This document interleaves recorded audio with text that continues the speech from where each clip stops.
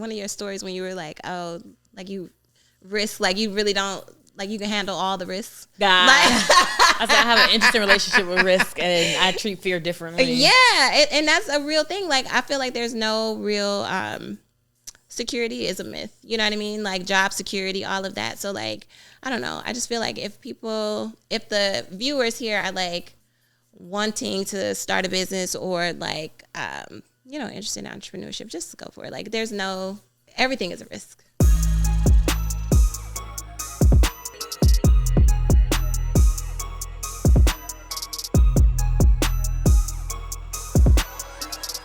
What's up, you guys? Welcome back to the More Rounds podcast. I'm your host, Kim Lewis, CEO and co-founder of Chromix. And today, you guys, we have one of my favorite accessories brands to date. I have shopped there several times, and as crazy as it is that I have e-commerce brands, I typically do not shop online.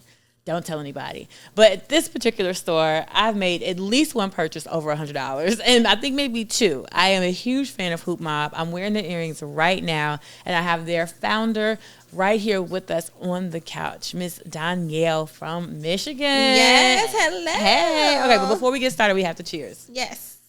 Cheers. I already had some. This is good. Only the best. Okay. All right.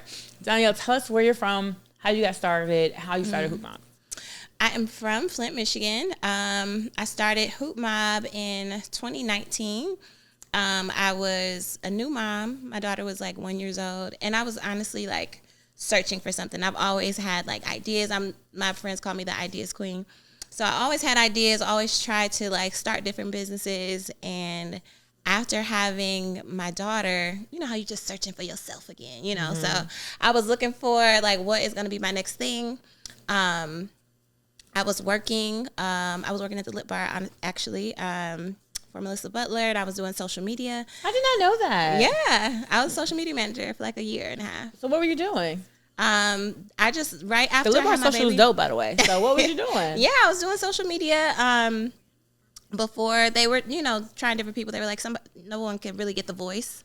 So came in and I had no experience. They just took a chance on me, and I was like, I think I could do it. Shout out to Roscoe Spears. But yeah, I was doing that, and then came up with the idea for Hoop Mobb and kind of asked the girls I was working with, like, what do y'all think of this? And they're like, yes, girl, start this. So, just kind of played around with it for a little while. Was very apprehensive, like didn't want to invest in inventory, like wasn't sure about it. But, started the Instagram slowly and then kind of launched quietly. And everything sold out on the first day because I didn't really have much inventory, but everybody was really, really excited about it. So it sold out, and then I was still working. But 2020 came, and I was, laid off. And I was like, okay, let me put everything I got into this because I wasn't really focusing on it like I should. And then 2020 happened, and I was like, okay, I'm going to just shamelessly pour my all into the brand, and it just kind of took off. So how old were you at 2019? 2019, I was 31. What were you doing up until this point? Like, what was your background? Everything. It's important to know because it sounds like you jumped into an accessories brand and you hit $1 million in the first few years. So, no, I have a very, my background is kind of all over the place, which is great because running a business, you have to wear all the hats. So I went to community college, kind of stopped there. I love to learn, but like not in a structured environment. So moved to New York, lived there for 3 years. What were you studying in community college? Business. Oh, business. Okay. Yeah. So you can't just leave that out. Like, what, you feel like you feel away because it's community college? No, I used to. But now I'm like, no, because people need to know that. Other people need to know, like, oh, if you don't get your master's and MBA and all that, you can still make it happen. And what were you doing? What made you want to go into business in community college? Because I was always an ideas person. Even like my aunt, she works for Hoop Mobb right now. She's like, you've always been this person. When we were little, I'm like, okay, today is a lemonade stand. Tomorrow we're doing this. I've always had ideas. Always wanted to start a business. So you was hustling from it as a kid. Oh, what were the things you were selling as a kid? I mean, well, my mom had the candy store in our apartment complex. So it was an icy cup house? Yes, we had all of it. I love it. The kids would come up to the patio, We opened the patio. We had all the tables set up. And so she taught me that. She would do hair in the basement, like all the things. How much money was she making from her candy store? I mean, like a few $100s a week. That's for sure. dope. And then, like, on my birthday, I remember she was like, okay, you run it today, and then you can have all the money from the candy. I was like, oh, perfect. Like, you know, so I kind of learned that from her. But, like, as a kid, I just always had, like, some kind of idea. I remember I ran a lemonade stand and got tickets to the Donyale Jordan concert. Wait, how did you do that? Because I sold enough money, and I was like, okay, I'm going to take this money and go buy me some Donyale Jordan tickets. Girl, you left that part out. This is the creme de la creme of your story. It's like, yes, Hoop Mobb was an amazing success, but how old were you doing this? Young. I mean, I was probably like 11, 12 at that dope. age. Shout out to your mama. Yeah, thank you. I saw her on social too. She could bust a move, y'all. Her mama had a whole routine. Was she intoxicated? She be on TikTok, TikTok, yes. Yeah, she be on TikTok more than me. Oh my gosh, I love that. Okay, so lemonade stand. Yes. For Donyale Jordan tickets. Yes. We got icy cups. Yes. On your birthday, you get to run the store, which is hilarious because you're still working on your birthday. But, you know. Exactly. That's not, your mama that was a flex. Yeah, she was hustling me. Hustling for sure. But, you know, you learned your lesson. Mm-hmm. And then you graduated high school, went to community college, studied business because you already knew business was how you get to that. What made you, so you said you left community college. Why'd you leave? I was over it, honestly. So it was funny too because my degree is in general studies because I went to my advisor. I was like, what can I get with this? Like, what the credits I have now, I'm ready to give this up. Like, what can I do? And he was like, okay, you can go ahead and graduate if you want to. And then I moved to New York probably like a year later. And how old were you moved to New York? I was 23. Okay. Yeah. Around 23. And then funny thing is, so I was assisting, but when I went to New York, I was always like hustling. So when I went to New York, I kind of hit the ground running and I knew I wanted to work in fashion of some sort. So I would go to Barnes & Noble, pull out all the fashion magazines and like look up the stylists, look up the editors and stuff like that and then find their emails and email them and say, hey, like, do you need an assistant? Do you need this? And they're like, yeah. So I ended up like on shoots for like Vogue and like Harper's Bazaar and stuff like that, just kind of like hustling that way. But that was like that was what I call my college education, is like that New York experience, like hustling and getting all of these random jobs, but they all helped with like running Hoop Mobb. How are you affording New York? Because it sounds like you basically were unemployed and you were looking for jobs the whole time. Is that true? No, so I was like freelancing. Gotcha. Yeah, so I was freelancing. So my friend Corey Stokes, who's actually like senior vice president of like Essence now, he's also from Flint. So he was like, come out.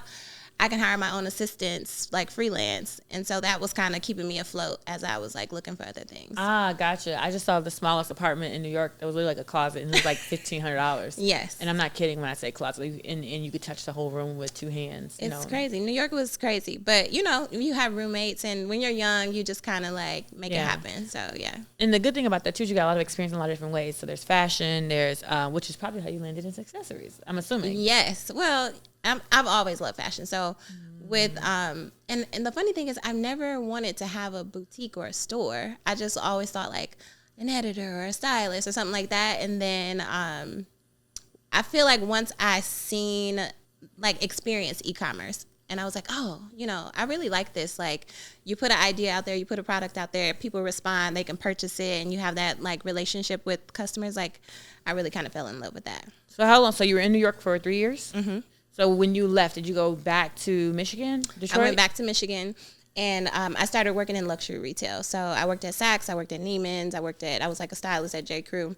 And it was funny, too, because I feel like that was so critical in my journey because you work in the, like, corporate landscape. So I did end up getting, like, a marketing role in New York before I left.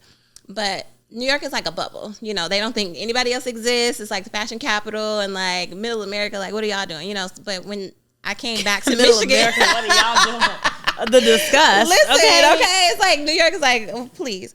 But I came back Arrogance. and I went to, you know, I'm working in luxury retail, but like in the Midwest. And then you kind of really see how people interact with things.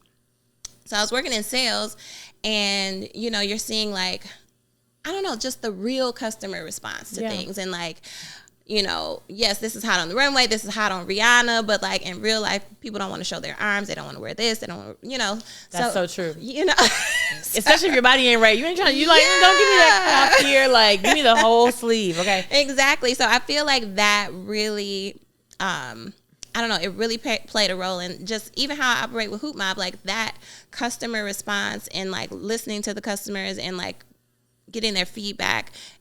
It plays a huge role in how I run the company now. If you've seen any of the content we produced or Chromix online and thought, man, I want to invest in that company, now's your chance. Go to chromix.com/invest and you can become an investor today.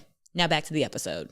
People often ask, how do you find your target audience? And I joke and I laugh because I'm just saying, like, do those trade expos enough and you'll know who's your customer immediately because you'll start talking to them. And so you're doing this in retail. You're styling people. You know what they like about themselves, what they don't. Yeah. You know, like, how to sell them a t-shirt, what's going to look good on who. Yep. So then is that why you chose, was it a business decision to only do accessories instead of doing, like, clothes and jeans and shoes? Like, some people dive headfirst into the whole outfit situation. Yeah.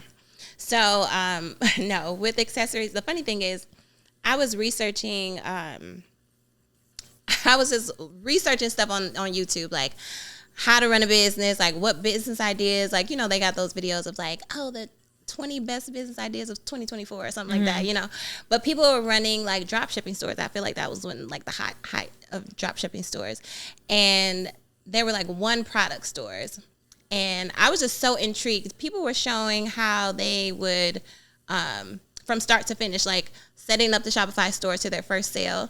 And I was like following so many people's stories with that. And I'm like, this is so interesting, but like, what could that product be for me? Yeah. I don't know where hoop earrings came from, but I was like, that would be a good idea because I know what that means to me. I know that I can really tell this story, So that's kind of where it came from. Is I was watching drop shipping videos and like they were running like one product store or one category or something like that.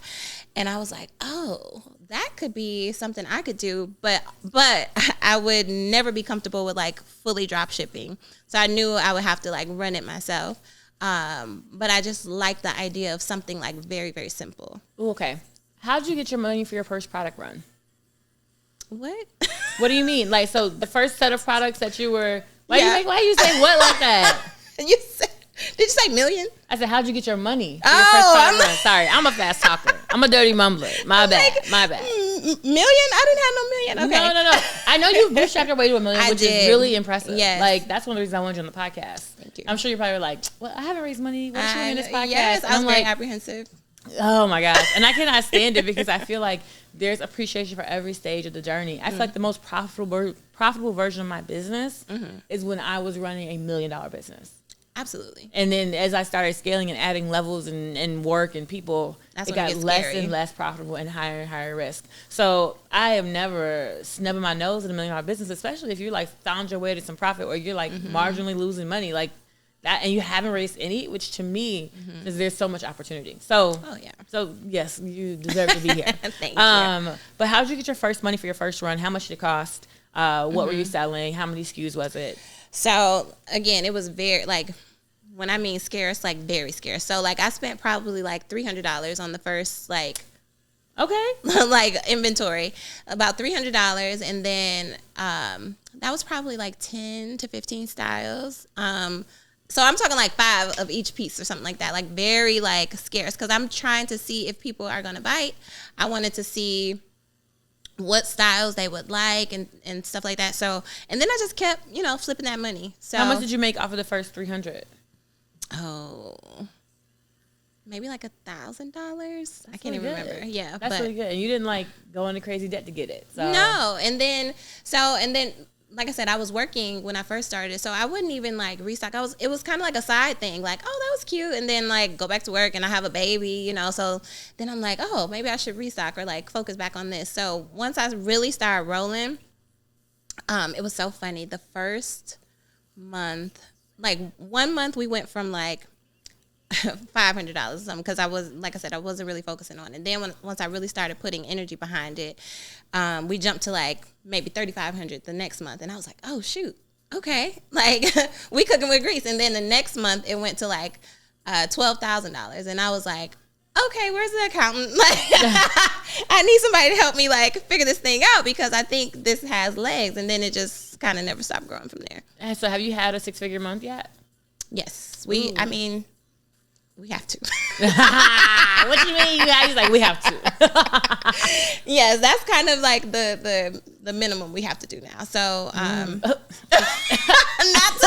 Excuse me. But like you said, like the more you grow, so many times I wish for those simpler days when it was just me and my mom packing in the kitchen and, because like you said, you're the most profitable. It just seems easy. But now we have like staff and we're trying to grow and do different things. So, we got bills. We got to make at least like now we're aiming for like 2 a month.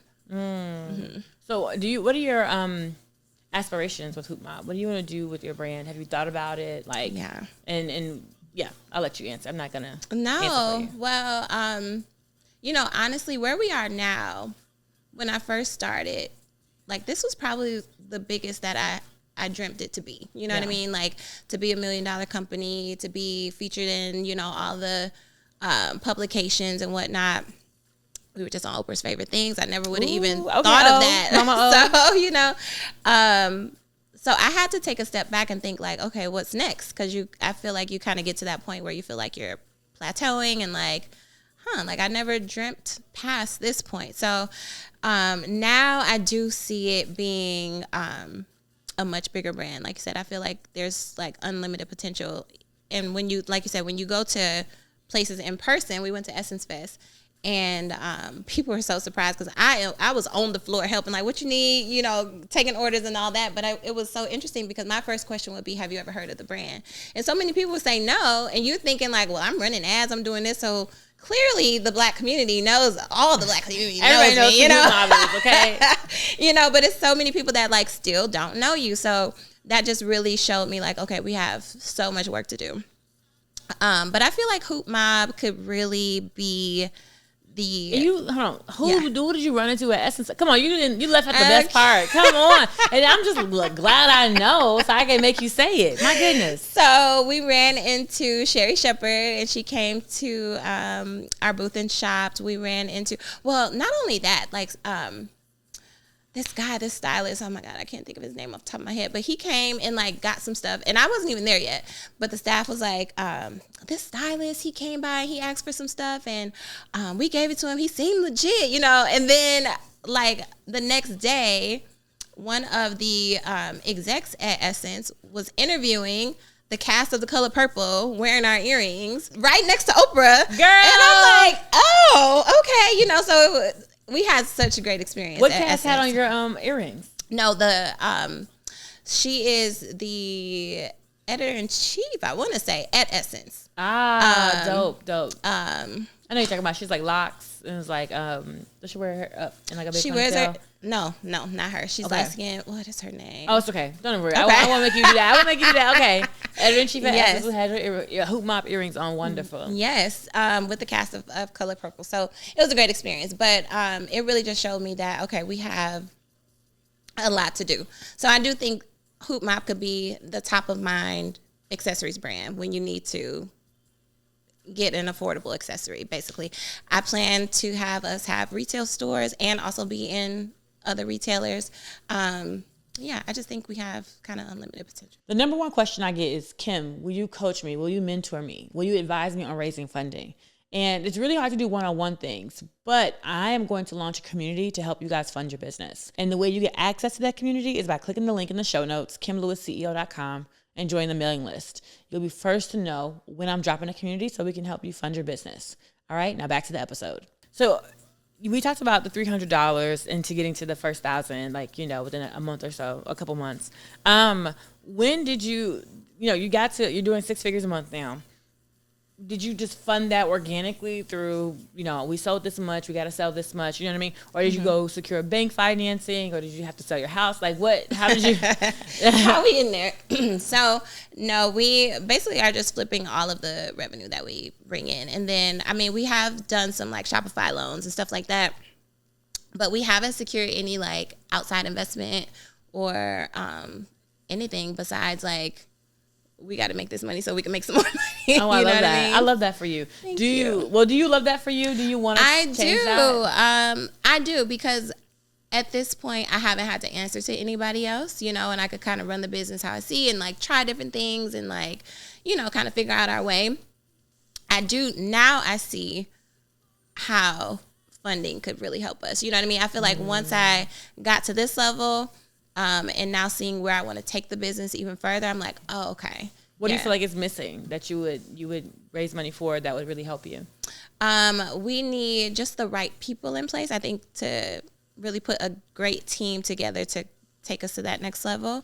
And then like investing in inventory. Right now we're dealing with a lot of like vendors and wholesaling and stuff like that, but there's definitely I can see us creating lines, you know what I mean, collections, seasonally, to where we're putting out all original designs and doing that on a consistent basis. What is the process of an original design? Because I would have no idea, right? Yeah. Like if I wanted to start a necklace company, I would just have no idea where I would start for original designs. So, and we've done some, like these, for example, that you have on, we had to get with our manufacturer and say, okay, we need them this size. They have to be like this thickness, and like we had to kind of test out the weight and whatnot. So the original designs, we have to start with like a sketch, and the manufacturer or designers will kind of create like a CAD image of that. And then they would create a sample for us, and we, that could either be, a lot of people do like 3D models, or not 3D, 3D printing before they cast it in like the metals and stuff like that. But it's like a whole back and forth process. And obviously dealing with, manufacturers overseas, it takes a little bit of time. So what's the time from ideation to the product is like the full orders in your hand? Yeah. How long does that take? Maybe like 2.5 months. Okay. Mm-hmm. So if we have a solid, like, here's what we need, here's what we want. And so you probably want more designers. Yeah. So right now we just started working with like a jewelry designer to where they can help, because I know what I want, but then somebody has to sketch it out, like a technical designer to kind of sketch it out and say like, okay, here's the exact measurements, the weight, the this, the that. Gotcha. So gotcha. Yeah. I don't know the cost of a design. I've hired like a digital designer. Yeah. But that's got to be very different for a jewelry designer. Do they have to go to school for that? Not in this age. You can learn anything online. So, no. As long as they know the programs, like the CAD programs. Oh, you know what I mean? Very interesting. Okay, so we're gonna enter our lightning round. Okay. I have a few questions for you. What is one book that every entrepreneur should read? I read, this is so funny because this ties it all together. I read a book years ago called One Simple Idea. Don't ask me who the author is. I don't know why. I never remember author names. But One Simple Idea. It's a red book. I know that.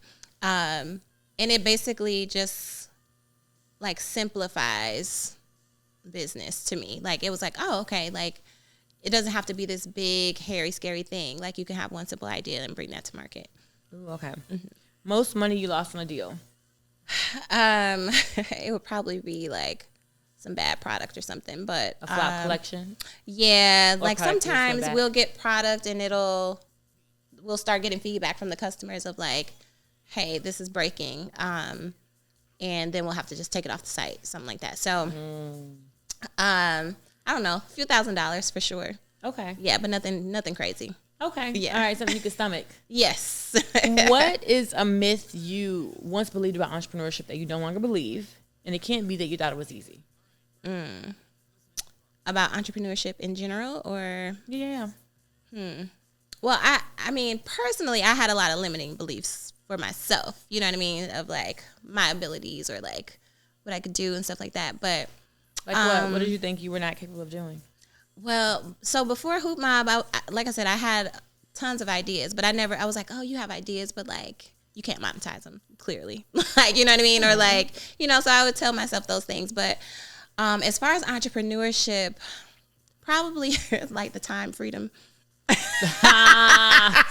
But the gag is you're making more money and working less for somebody else. Yeah. I think you have to get to the point. Like now, I feel like I am getting to a point where I can really trust my team to let off of them a little bit and like not be so nitty gritty.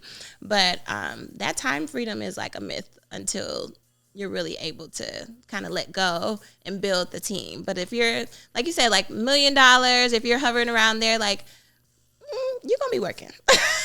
You're gonna be working probably all up to like 50 mil. You know what I mean? And then even when you get the bigger business, you still gotta work because you gotta be in those actual meetings. Yeah. So it's like the time freedom really only exists when you like sell your business and you just have a bunch of money. Mm-hmm. That's the time freedom. But very few people are there. Yeah, I feel that. Donyale, do you have anything that you want to leave with the people? You know, I don't know. Entrepreneurship, like if it's like just eating at you and you really just want to do it, like there's no other way but just to go for it. I feel like for me, all roads led to this. I really tried to work for other people, do other things. And it's like, if you have an idea, if something is really like on your heart to do, just go for it. Because like one of your stories when you were like, oh, like you risk, like you really don't, like you can handle all the risks. I said I have an interesting relationship with risk and I treat fear differently. Yeah. And that's a real thing. Like I feel like there's no real, security is a myth. You know what I mean? Like job security, all of that. So like, I don't know. I just feel like if the viewers here are like wanting to start a business or like, interested in entrepreneurship, just go for it. Like there's everything is a risk. You know? I love that. Yeah. Where can we find you online? You can find Hoop Mobb at hoopmobb.com. We're also on Instagram at the Hoop Mobb. If you want to follow me, I'm at Donyale Walton. And yeah. Awesome. Thank you so much for coming on the pod, girl. I appreciate it. Of course. All right, you guys. That's a wrap for this episode of the More Rounds podcast. I'll see you guys in the next episode. And do not forget to like, comment, and subscribe. It really helps us bring better episodes to you. Thanks so much. Peace.